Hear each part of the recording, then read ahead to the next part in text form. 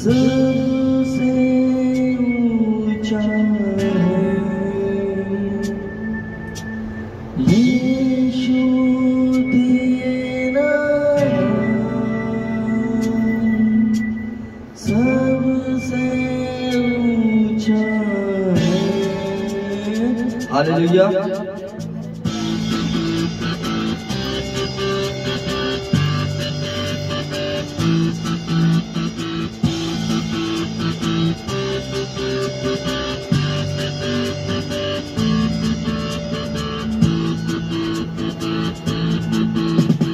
नाम में है मुक्ति, जिस नाम में है शक्ति, जिस नाम में है शांति, देता वो नाम चंगाई।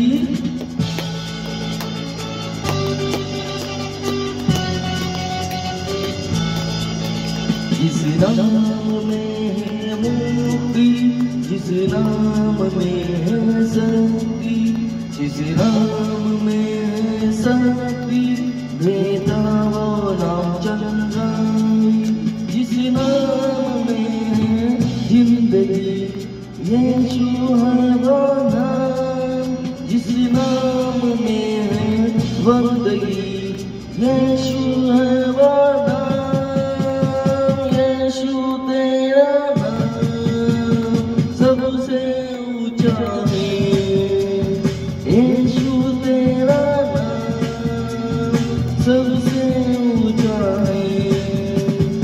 यीशु तेरा नाम सबसे ऊंचा है।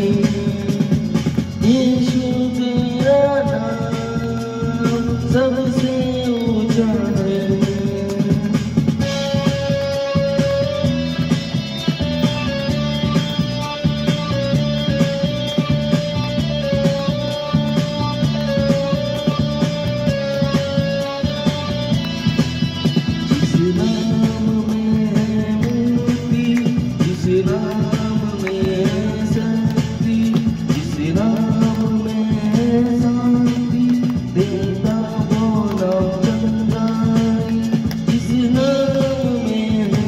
जिंदगी, यीशु है वो नाम। जिस नाम में है बंदगी, यीशु है वो नाम। यीशु तेरा नाम सबसे ऊंचा है। यीशु तेरा नाम सबसे ऊंचा है। यीशु तेरा सबसे ऊंचा है। यीशु तेरा नाम सबसे ऊंचा है।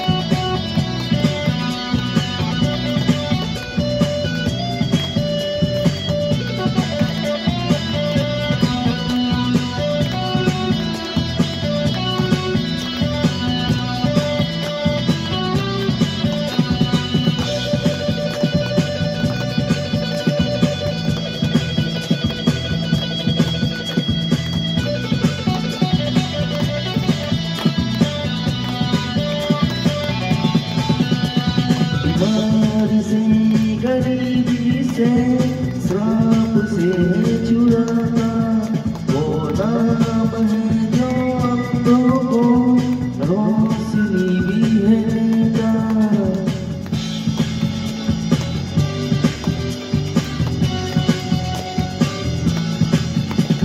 बीमारी से, गरीबी से, श्राप से छुड़ाता वो नाम है जो अंधों को रोशनी भी है देता।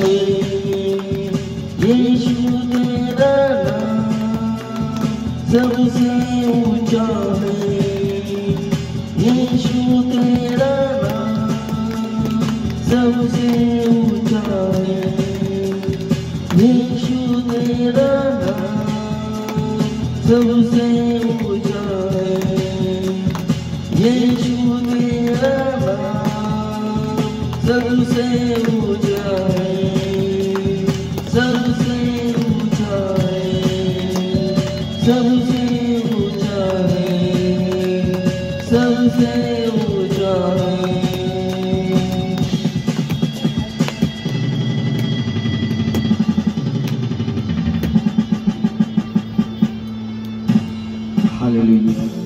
অনুশোচনা সম্পর্কে বাইবেল পদ বা বাইবেল ভার্সেস অ্যাবাউট রিপেন্টেন্স। আমরা খুলে নেব 2 বংশাবলী 7:14। 2 বংশাবলী 7:14। 2 বংশাবলী 7:14। তখন তারা যদি আমার কাছে প্রার্থনা করে এবং অনুতপ্ত হয়ে মন্দ পথ ত্যাগ করে যদি আমার কাছে আসে, তাহলে আমি স্বর্গ থেকে তাদের আবেদন শুনব, ক্ষমা করব তাদের পাপ এবং তাদের দেশকে আবার সমৃদ্ধি দান করব। যদি নিজের পাপ দেখিয়ে মনটাকে ফিরিয়ে অনুশোচনা করে যে না আমি সত্যি পাপ করেছি, অন্যায় করেছি, আমার এগুলো করা উচিত হয়নি, আমি সত্য পথে চলবো, ঈশ্বরের কথা মেনে চলবো, আমার এই সমস্ত পাপ অন্যায় এই সমস্ত জায়গায় না যাওয়া দরকার, যদি নিজের থেকে অনুশোচনা করে পিতার কাছে আবারও ফিরে আসে, তাহলে পিতা তাদের প্রার্থনা শুনবেন এবং তাদের দেশকে সমৃদ্ধিশালী করবেন, তাদের যা চাওয়া পাওয়া তিনি তা পূরণ করবেন। 2 বংশাবলী 7:15। 2 বংশাবলী 7:15। 2 বংশাবলী 7:15। মন্দিরের দিকে আমি সর্বদা সজাগ দৃষ্টি রাখব এবং আমার কাছে নিবেদিত সমস্ত প্রার্থনা শোনার জন্য প্রস্তুত থাকব। বলছি আমি আমার মণ্ডলীর দিকে সদা চোখ রাখবো, দেখবো তাদেরকে এবং তাদের প্রার্থনা শোনার জন্য আমি সর্বদা কান খুলে রাখবো, তাদের চাওয়া পাওয়া আমি শুনবো এবং পুরো করার চেষ্টা করবো, চেষ্টা নয় পুরো করবো। শর্ত কিন্তু একটাই দিয়েছে, শুধু নিজের মন পরিবর্তন, দুষ্টামি চলবে না, ছল চাতুরি চলবে না। তুমি মানুষের সাথে ছল চাতুরি করতে পারো, নোংরা করতে পারো, পাপ করতে পারো, কিন্তু ঈশ্বরের সাথে নয়, কারণ ঈশ্বরকে ধোকা দেওয়া চলে না, ওনার কাছে সবকিছুই স্পষ্ট। তুমি একটা কিট তার কাছে, মানে যেরকম আমরা পিঁপড়েকে যেরকম দেখি ঠিক সেরকমই আমরা ওরকমই ধরনের কিছু। তার জন্য বলছি নিজের ছল চাতুরির দিকে রাখো, ঈশ্বরের সাথে না করে তোমার নিজের মন ফেরাও, ঈশ্বরের কাছে যদি ফেরো ঈশ্বর তোমার কাছে ফিরবে। আর সরো দেখবে 2 বংশাবলী 7:16। 2 বংশাবলী 7:16। কারণ এই স্থানকে আমি মনোনীত করেছি এবং চিরকাল আমি পূজিত হবার জন্য পবিত্র করেছি এই মন্দিরকে, এর প্রতি আমি দৃষ্টি রাখব এবং চিরকাল রক্ষা করব একে। বলছে আমি মন্দির মানে মণ্ডলী তুলেছি, আমি এটাকে সৃষ্টি করেছি, আমার ইচ্ছাতে এটা হয়েছে, আর আমি সর্বদা এর মধ্যে দৃষ্টি রাখবো, এখান থেকে তার দৃষ্টি সরবে না, মানে তার হাত আছে মণ্ডলীর উপরে, যেন ওনার ইচ্ছা ছাড়া কারোর কোনো ক্ষমতা নেই কিছু করার, ওনার ইচ্ছাতে সবকিছু সৃষ্টি। এটাই যদি কোনো দুষ্ট শক্তি বা শয়তান এটাকে ভাঙারও চেষ্টা করে বা মণ্ডলী দিয়ে কাউকে সরাবারও চেষ্টা করে, তার বাপের ক্ষমতা নিয়ে সরিয়ে নেবে, কারণ পিতা ওকেই ওই সংসার থেকে সরিয়ে দেবে। যে মণ্ডলী ধ্বংস করবে তার সংসার নিজে থেকেই ধ্বংস হতে থাকে, আর যে মণ্ডলী গঠন করে ঈশ্বরের কাজ করে সে অঢেল আশীর্বাদের পাত্র হয়, তার সংসারও সুখী হয়। যেগুলো মন্দ হচ্ছিল সেগুলো শুভ হতে শুরু করে যাবে।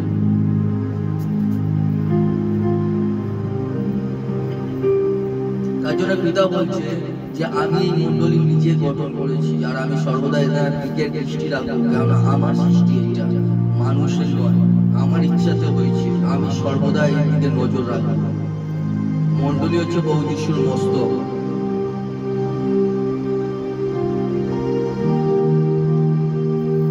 প্রেরিত 3:19। প্রেরিত 3:19।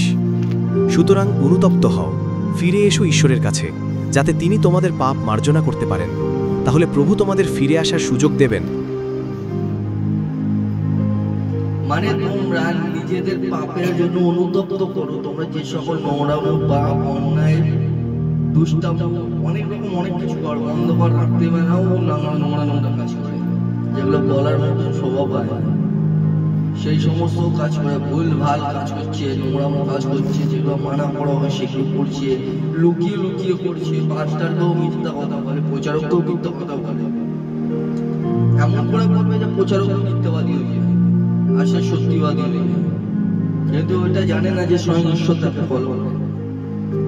তার জন্য বলছে যে তুমি অনুতপ্ত হও, তোমার পাপ কর্ম থেকে ফিরে এসো, তাহলে ঈশ্বর তোমার কাছে ফিরে আসবে, তোমাকে সুযোগ দেবে, তোমার সমস্ত মঙ্গল সাধন করবে।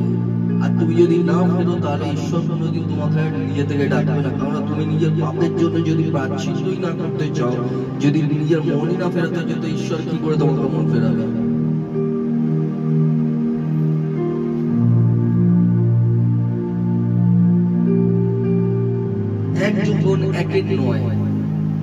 এক যোহন 1:9। কিন্তু আমরা যদি আমাদের পাপ স্বীকার করি, তাহলে তিনি আমাদের পাপ ক্ষমা করবেন এবং সমস্ত অধার্মিকতা থেকে আমাদের সূচি করবেন। তিনি নির্ভরযোগ্য ও ধর্মময়। আমরা যদি নিজেদের পাপটাকে স্বীকার করে নেব, তাহলে তিনি আমাদের পাপ সকল ক্ষমা করে দেবেন। কারণ তিনি সৎ এবং নির্ভরযোগ্য, তাকে বিশ্বাস করা যায়। তিনি মানুষ নয়, তিনি ঈশ্বর, কিন্তু স্বীকার করতে হবে তার পাপ সকল।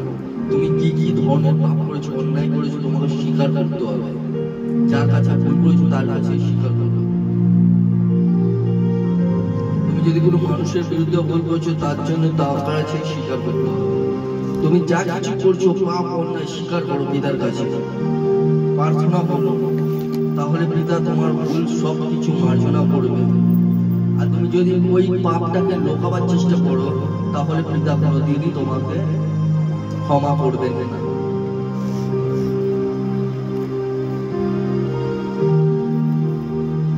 দেখো 1 যোহন 1:10। 1 যোহন 1:10। 1 যোহন 1:10।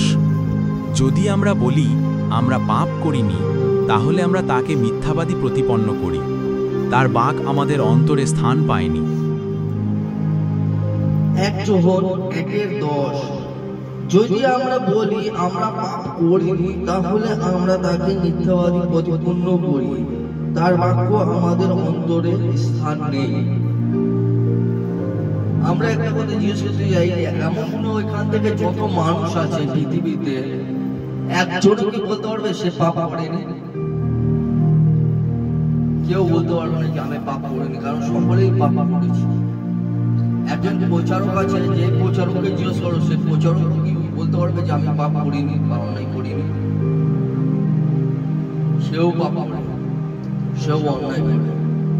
শুধু একজন আছে যিনি পাপ করেননি, তিনি হচ্ছে স্বয়ং ঈশ্বর, প্রভু যীশু।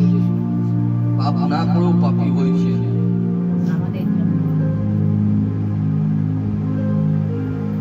তার জন্য বলছে যদি আমরা বলি যে আমরা পাপ করিনি, তাহলে ঈশ্বরের বাক্যকে মিথ্যে তুমি বলছো, তার মানে সেই বাক্য তোমাদের অন্তরেই নেই।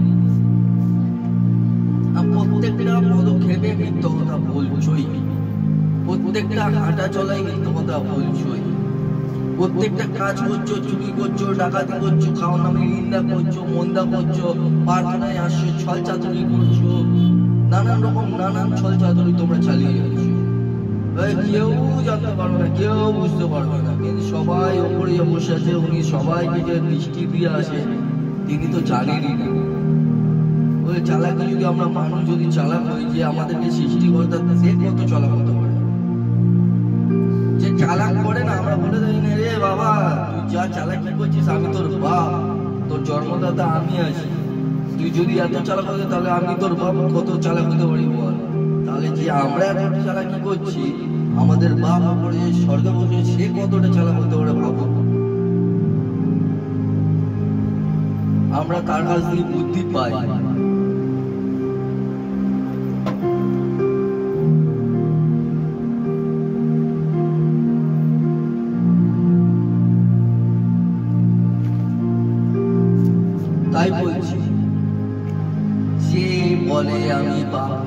সে মিথ্যা কথা বলছে,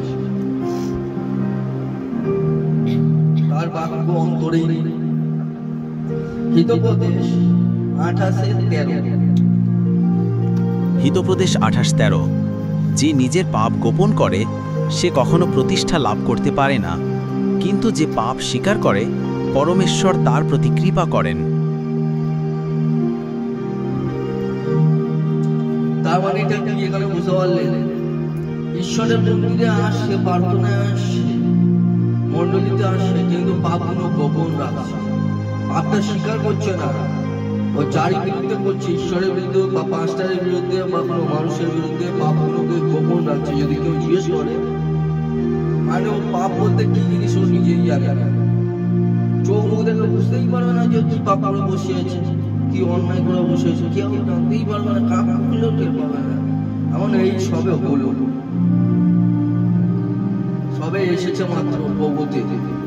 পাপ কিছু বলতে বোঝেই না, পাপ কি জিনিস আছে আদৌ জানে না।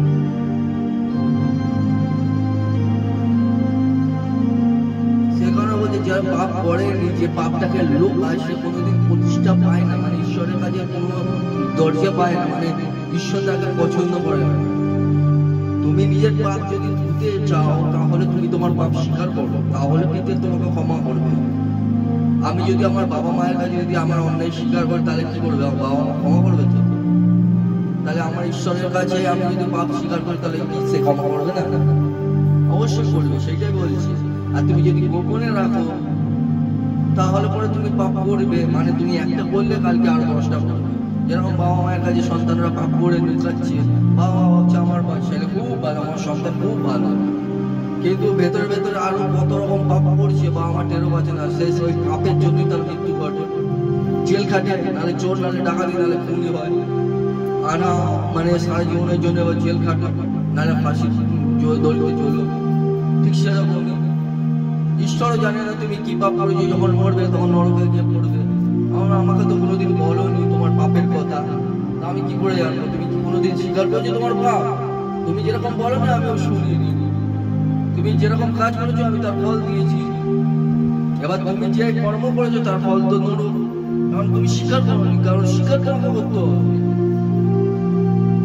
যে স্বীকার করবে সেই বাঁচবে, যে স্বীকার করবে না সে পড়বে, আর সেই মৃত্যু হবে অনন্ত নরক, সেখান থেকে বাঁচার কোনো সুযোগ নেই।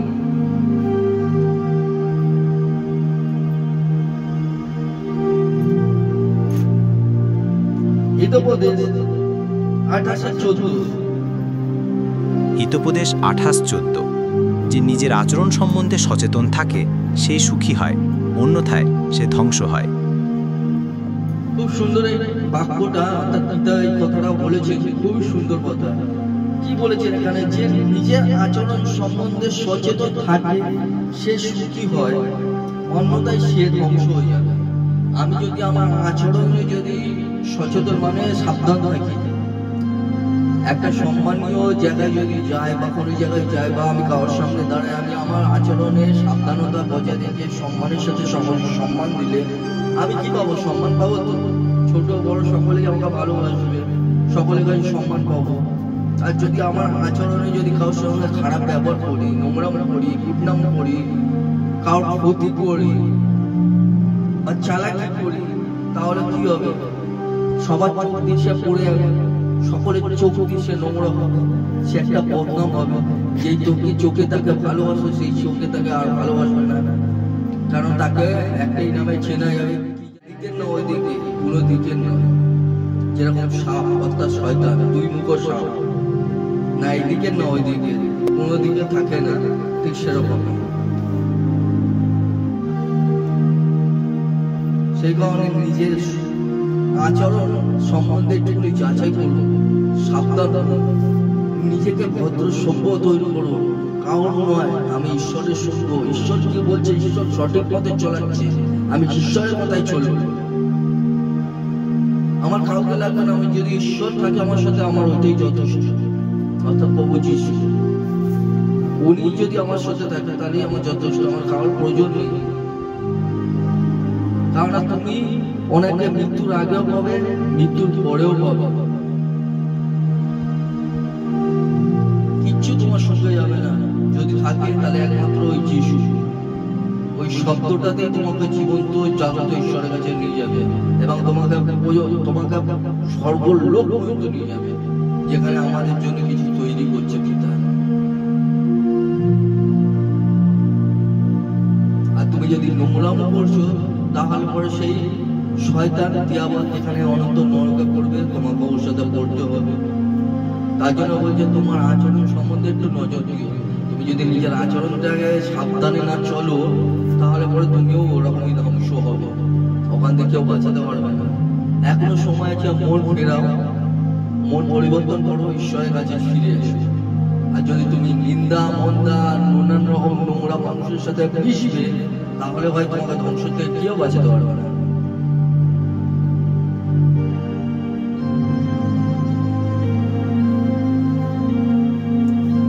একটা বাস্তব সত্য কথা জানেন, যখন ঈশ্বরের বাক্য চলবে না তখন দেখো বসে বসে সব সবকে মারবে,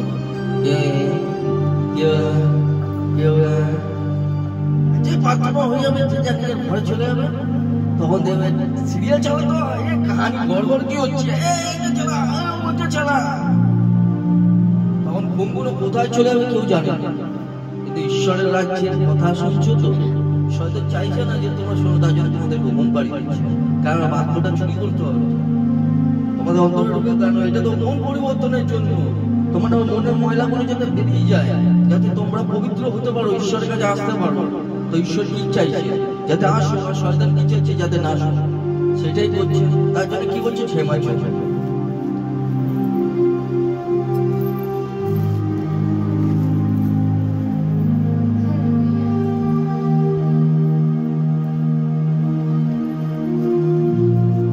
দুই পিতর 3:9।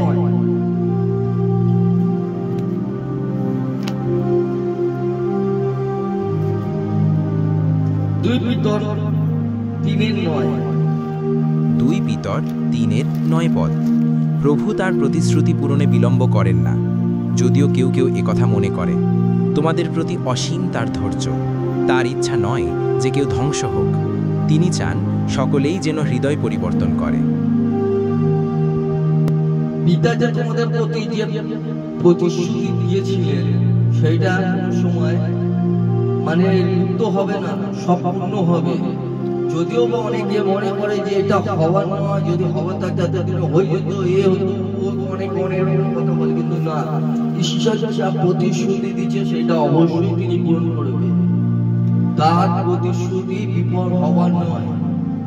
যেরকম এসেছে বাক্যতে যে হিসাবে লেখা ছিল, যিশু এসেছে, নিজের জীবন দিয়েছে এবং সকল মানুষকে বাঁচিয়ে দিয়ে গেছে, তার মূল্য দিয়ে আমাদেরকে কিনে দিয়ে গেছে, নিজের রক্তের মূল্য দিয়ে।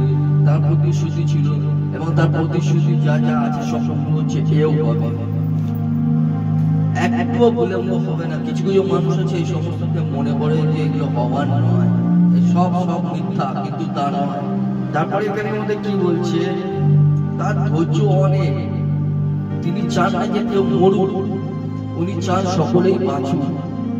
কারণ সেই নরকের যন্ত্রণা অনেকেই সহ্য করতে হবে। সেই জায়গাটা তোমরা একটা ম্যাচ আগুন জ্বালিয়ে তোমরা হাতে ছিটিয়ে ছেঁকাতে দেখো, ওইটুকুনি জ্বালা যদি তোমরা সহ্য করতে পারছো না, তোমরা ভাবতে পারছো সেই অনন্ত নরকে অনন্ত জীবন তোমাদেরকে জ্বলতে হবে। সে কি জ্বালা তোমরা ধারণা করতে পারবে না। একটা ম্যাচিস কাঠি জ্বালিয়ে তোমার হাতে ছেঁকা দেবে, 1 ঘন্টা পর্যন্ত তো ভালো মতনই জ্বালা করবে, সহ্য করতে পারবে না। তাহলে সেই নরকের যন্ত্রণা কি করে সহ্য করবে? তার জন্য পিতা চায় না কেউ মরুক, সে চায় যাতে সকলেই বাঁচুক, তার ধৈর্য ধরে বসে আছে। তোমরা ভুল করো না, তোমরা বাঁচার চেষ্টা করো।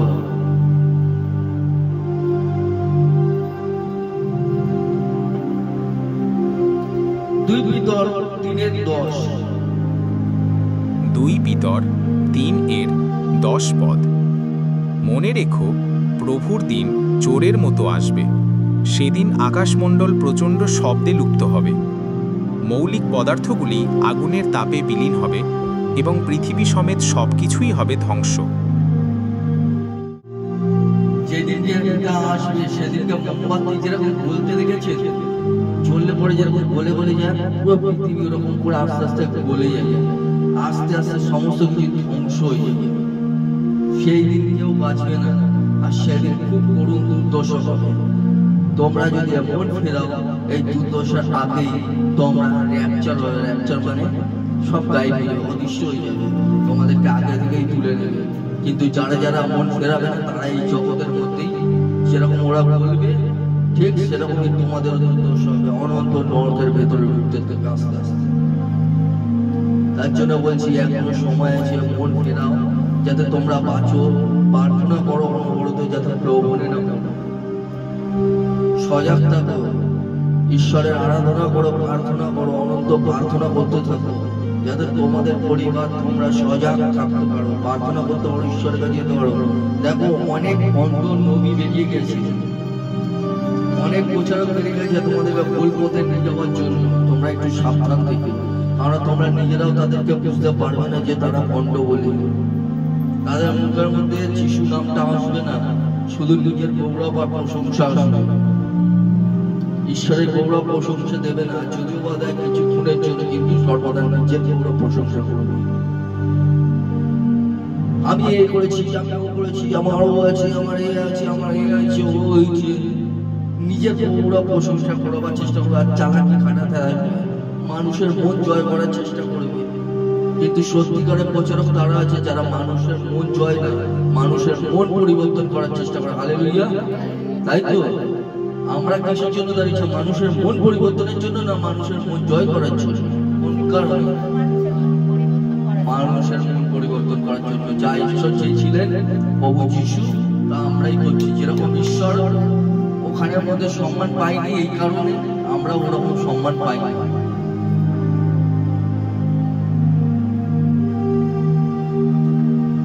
যেখানে মধ্যে দেখবেন মানুষের মন জয় করে, সেখানে আমাদের হাজারো হাজারো ভিড়, আর ওখানে ইনকামও বেশি। আর যেখানে আমাদের সম্মান কামাদের মন পরিবর্তন হয়, সেখানে হাজারে হাজারে লোক থাকে, লক্ষ সংখ্যায় কম থাকে, কিন্তু মন পরিবর্তন হয়। আর পিতা এখানে বাক্যতে তাই বলেছে, যেখানে 2 থেকে 3 জন থাকে সেখানেই আমার উপস্থিতি থাকে। হালেলুয়া। চলো বাক্য এই পর্যন্ত, বাক্য সম্পূর্ণ হলো। আসুন